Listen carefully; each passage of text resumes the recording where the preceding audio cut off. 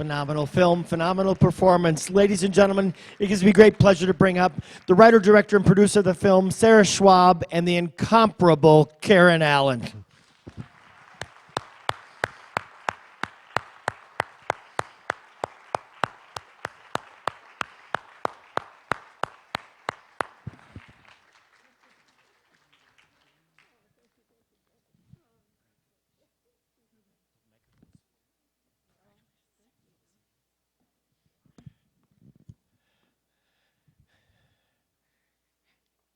It's hard to begin a conversation after that emotional film and ending.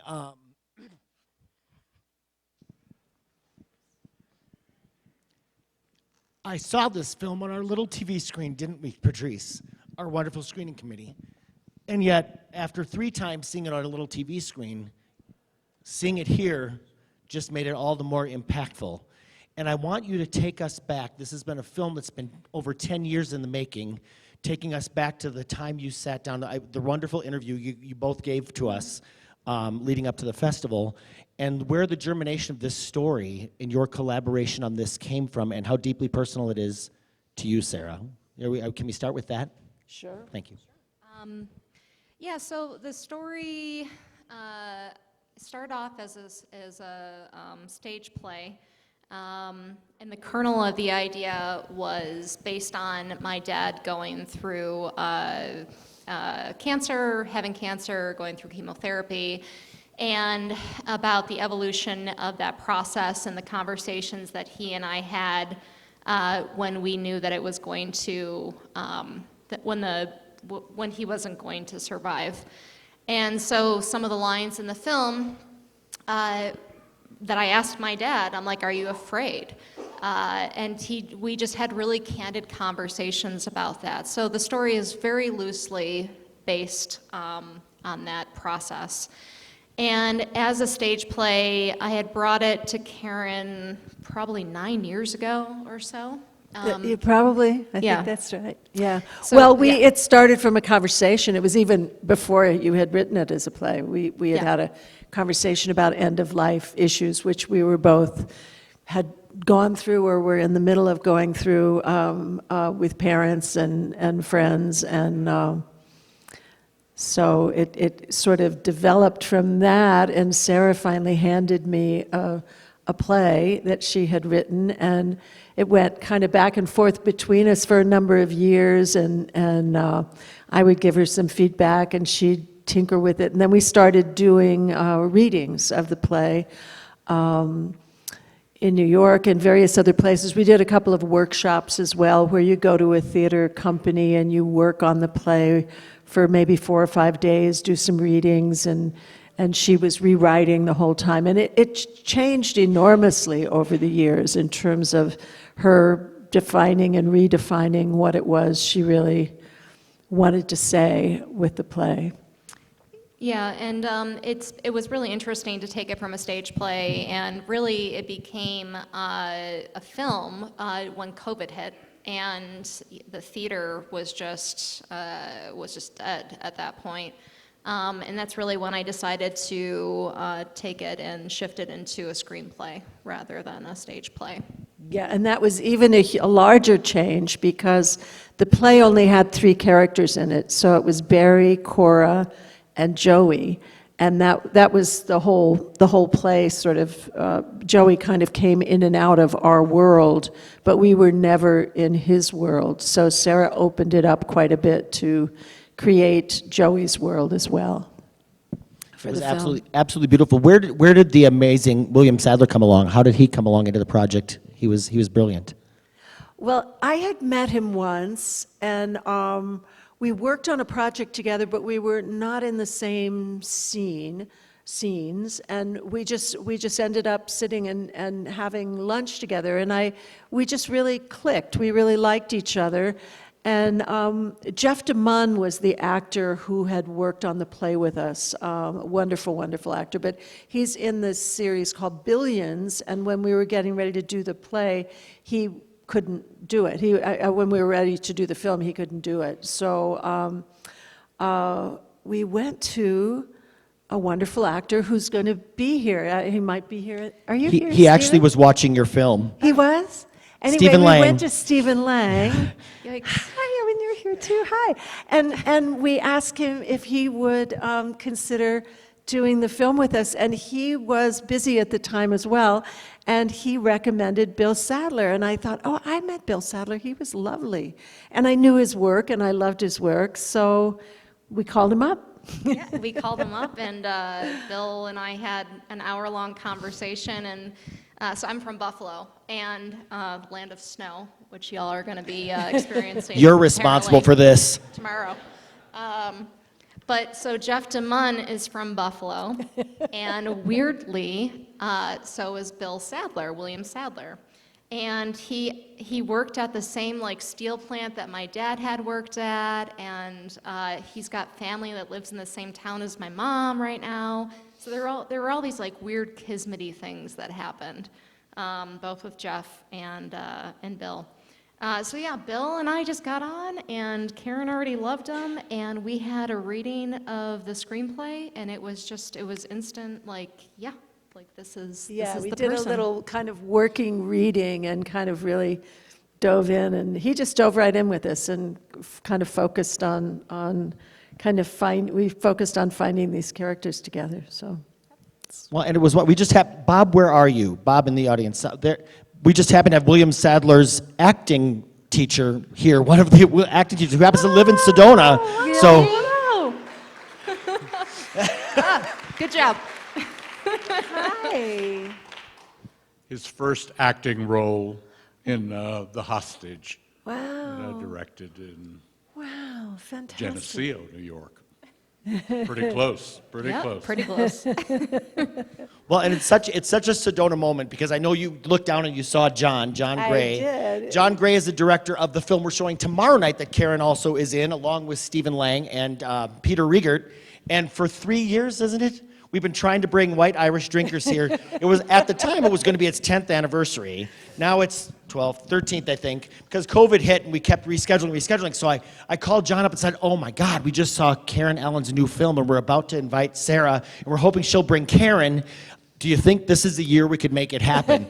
So we invited them. Karen said yes immediately. Do you want me to reach out to Stephen and Peter and tell them they need to get to Sedona? So it just all happened, and we're so very grateful, and just really, you all have been so gracious, so thank you. So that's a little plug. Come out and see White Irish Drinkers, starring all three of them. This guy's in a little film you may not have heard of. It didn't do real well at the box office. Avatar, I don't know. You know, it did a few little numbers at the box office. Okay, I'm going to open up the audience questions. I'm blown away, Karen. Everything that everybody told me. We've got people here from the Port Townsend Film Festival, our dear friends the McFalls, who said Karen Allen has come to Fort Townsend and she is a favorite of our entire city and of our things. One of my projectionists from Dallas, Texas said, "You're bringing Karen Allen. I've seen her at several festivals. She's the most gracious, wonderful, talented human being in the world." So we were so grateful that you said yes. So thank you very, very much. Your reputation precedes you. Somebody had their hand up and I missed where. Wow, there we go. So where do you expect this film to be distributed? Or where are you trying? You're going around on the indie circuit, obviously. But where else? Because this really deserves the big screen. Thank you. We're starting to have conversations with different sales agents and distribution companies right now. And so we're just starting that conversation now that we're on the tail end of the film festival circuit. And Bill and Karen have won several awards as the film, so we're very excited to see where it's going to go. So conversations. Yeah, my question is, what impact do you think this is going to have with the Right to Die movement? Because we're so behind in that. What do you think? That was one of the larger themes that I really wanted to bring up with this film. Is I wanted people to go away and have the courage to have conversations that are really difficult. So, you know, with my dad, I had those conversations, and I think Karen has had her own conversations with people, and, you know, you can speak whatever, about different experiences that you've had. But I think a lot of people, people are scared at the end of life, and I don't know what that feels like yet. But I've had my own conversations with people, and it just seems to be better when there is a dialogue. And that's what I'm hoping with this film, is that people will take away the ability to have a dialogue about these really just complicated themes. So. And I think, it raises the question, this particular film, because there have been other films that have been made about end-of-life issues, but this particular film and Sarah's particular story, it's really, asks the question, I think, whose death is it?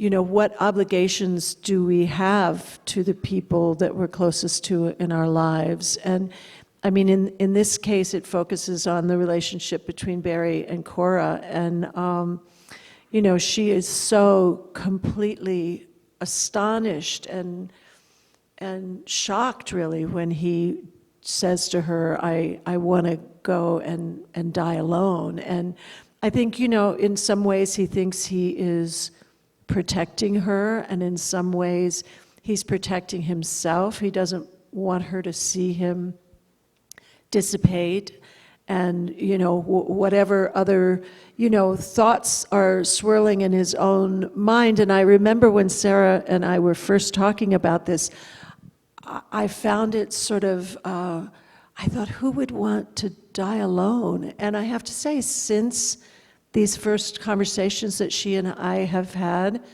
I've had 2 friends who have chosen to die alone. And they kept their entire family away from them, their siblings, their children, their parents. In this case, neither one of them had a partner that they lived with. But I was so taken aback by that. A very, very close friend of mine made that choice. Once she found out she was dying, she didn't want to see anyone, and she turned everyone away. And so I think that's a fascinating conversation. When we come to that moment where we're really facing our own death, what do we owe to the people in our lives? How much of it is about us and our own journey, and how much of it is about the people who we've shared our lives with?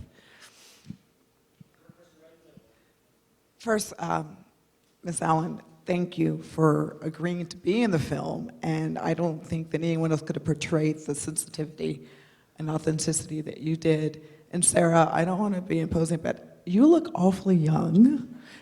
And you said, I can say that because I know I look young too. Thank you. But you said it took how many years to do the film?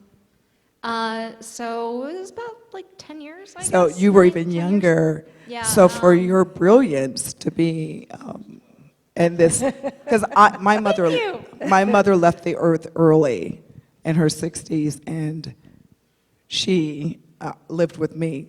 And I thought I would never have the strength to do what you portrayed. And I found it. But that conversation about end of life is really important. And I hope this picture resonates that it is your choice. I never thought I would say that until my mother looked at me and said, "You've done all you could do as a daughter. And I'm going to leave, but I'll never leave you." I thought I would never have the capability of wanting that for myself as well. So thank you for showing it in such a brilliant way. Thank you. Thank you.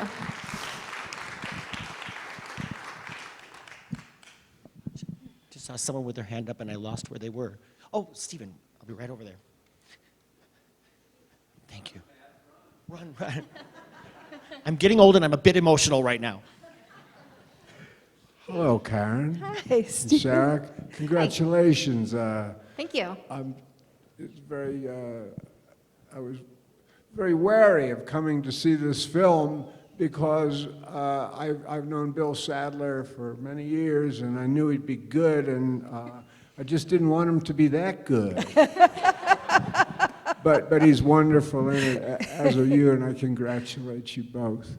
I was wondering, though, will this be incarnated as a play again? And if that is to be the case, will you incorporate the ancillary characters that you've written in there? Will this change the play? I mean, it's so typical for plays to go to the screen.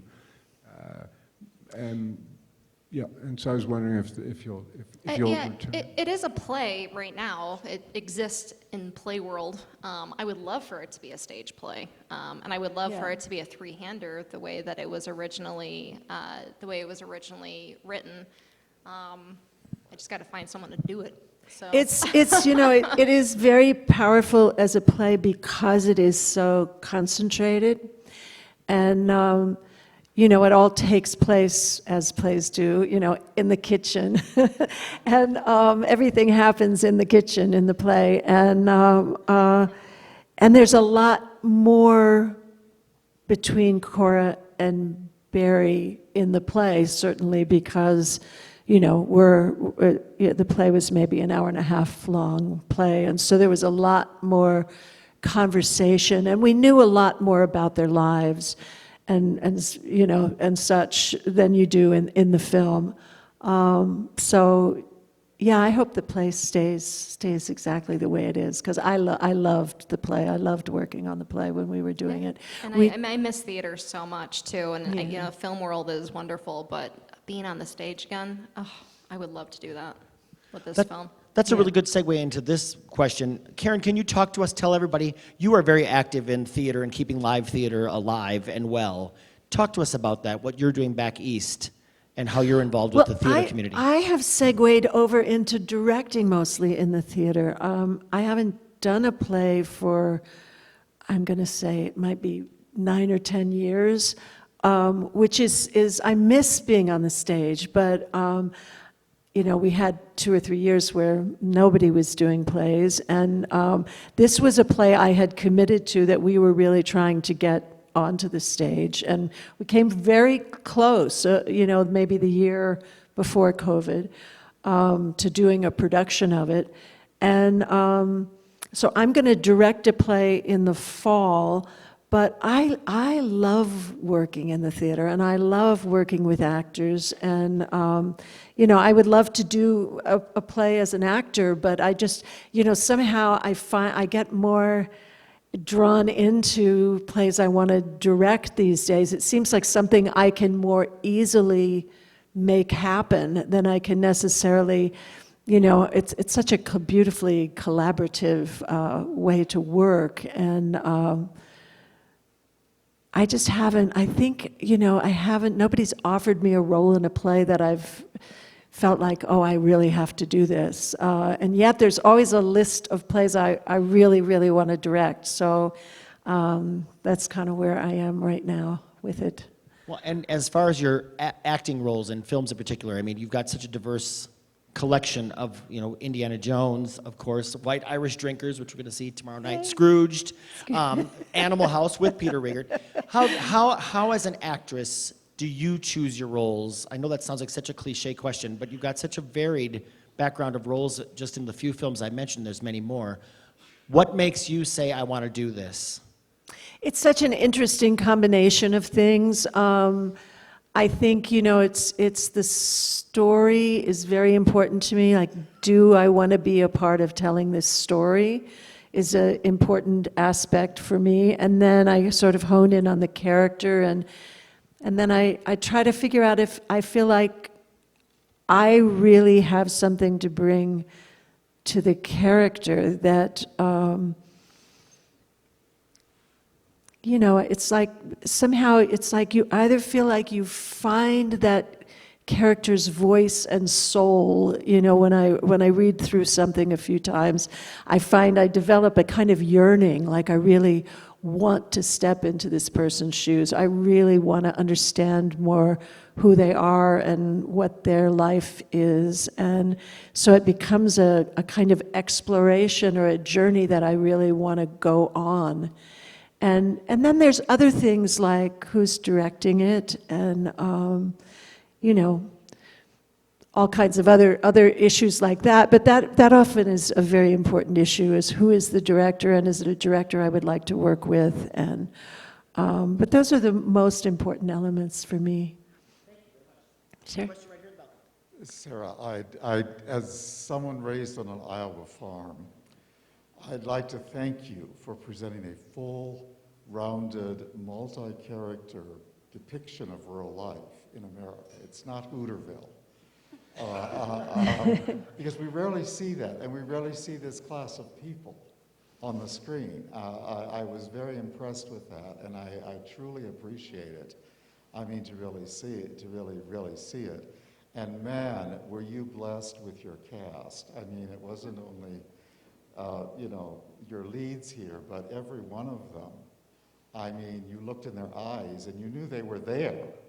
They were absolutely there, so thank you. Thank you.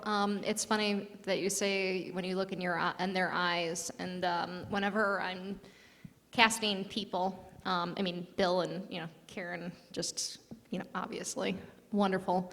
But for the other actors, when I was asking for tapes, you know, it's always the person's eyes that I always look into. And if they don't have to say anything, but it's like if you can just read what their soul is just by a look, you know, that's all it is, and that's all you need. So yeah, I did get blessed by the actors. Thank you.